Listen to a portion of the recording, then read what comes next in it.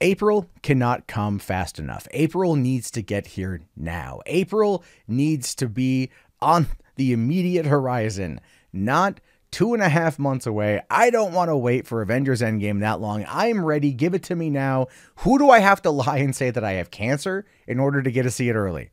That's an entirely dark joke to make. I do apologize, but I feel like that's going to be what it takes for me to get to see the movie early. Because I really want to see Avengers Endgame. And with the announcement today of the runtime, not 100% confirmed, but close enough to figure that the 3-hour runtime on Avengers Endgame, I don't know about you, makes me happy in the pants. It really does. Makes me very happy. Nips can cut glass sort of situation. You know why?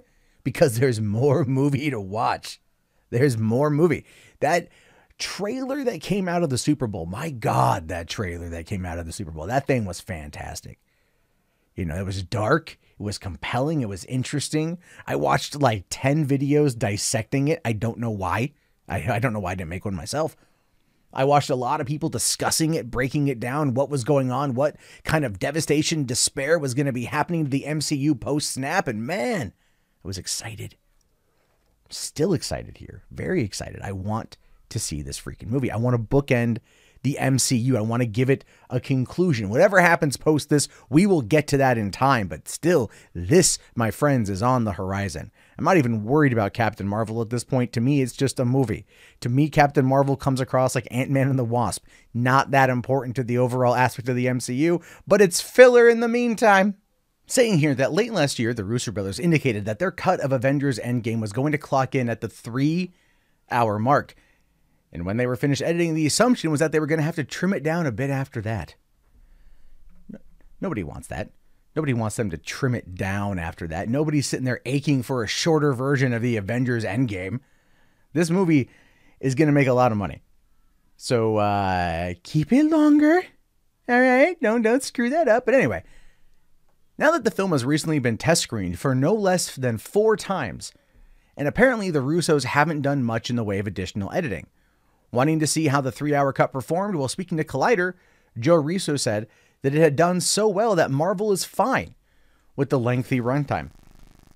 Marvel has not really been one to fight the lengthy runtime. Most of the movies clock in at about 2 hours and 20 minutes. I believe Avengers Infinity War was the longest at 2 hours and 45 minutes. Civil War was 2.5 hours. The movies can get long, but they're not like so long. They're not long in the tooth. You don't really feel the length. Not at all with Infinity War. It was very well edited. It was very well cut together. It kept flowing. It kept moving because you just wanted to see when your favorite character was going to come back or your second or third favorite character was going to be on the screen, when all those characters were going to interact with each other, what they were going to say to each other. I mean, that was the beauty of Avengers Infinity War, was all these great characters we've been watching over 10 years get to come together for the first time, and it worked so wonderfully well. And yeah, the way I view it is that Avengers Endgame here is going to do just that, but in a way more emotional way, because they know they've got the audience hooked on an emotional level. They know this, and they're going to toy with us over 3 hours. Seems almost masochistic to want to go see it, but at the same time, yeah, I'm game. Now, it says here from Russo, I think the studio is down with what the best story is. Right now, we think the movie is playing well, and we've had great responses from our test audiences, and we're feeling really good about where it is. We're still doing work to it. We're not done with it. Again, this is a culmination of 22 films, and it's a lot of storytelling work into it. Emotion is an intrinsic part of that to us. When you have to tell a really complicated story and you want strong emotional moments with these characters, it just requires a certain amount of real estate. This one in particular feels like 3 hours worth of real estate. Yeah, okay. Yeah, that makes sense. That's what I said. It's exactly what I said. We're so emotionally connected and invested into these characters that the likelihood of them cutting it down, trimming out some of those emotional scenes, right? And people could argue, oh, them trimming the fat a little bit could actually result in a negative enough backlash. In this particular case, it would do them well to go a little bit longer and maybe have a few scenes run on too long than feel like anyone has been emotionally shortchanged, because that will have devastating effects, devastating consequences. That shit is going to go And it's yeah, not going to be good if they do that. And I know people out there are going to be like, come on, Matt, you're being hyperbolic. No. Hear me out. I'm being deadly serious right now.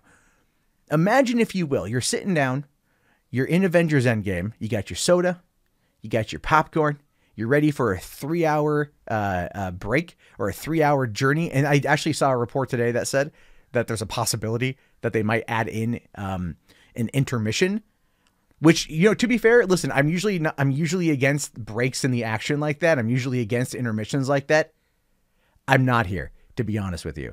I'm not. If they wanted to add in a 5 to 10 minute intermission so you could go and take a piss and come back, or go and refill your drink and come back, that's actually okay with me.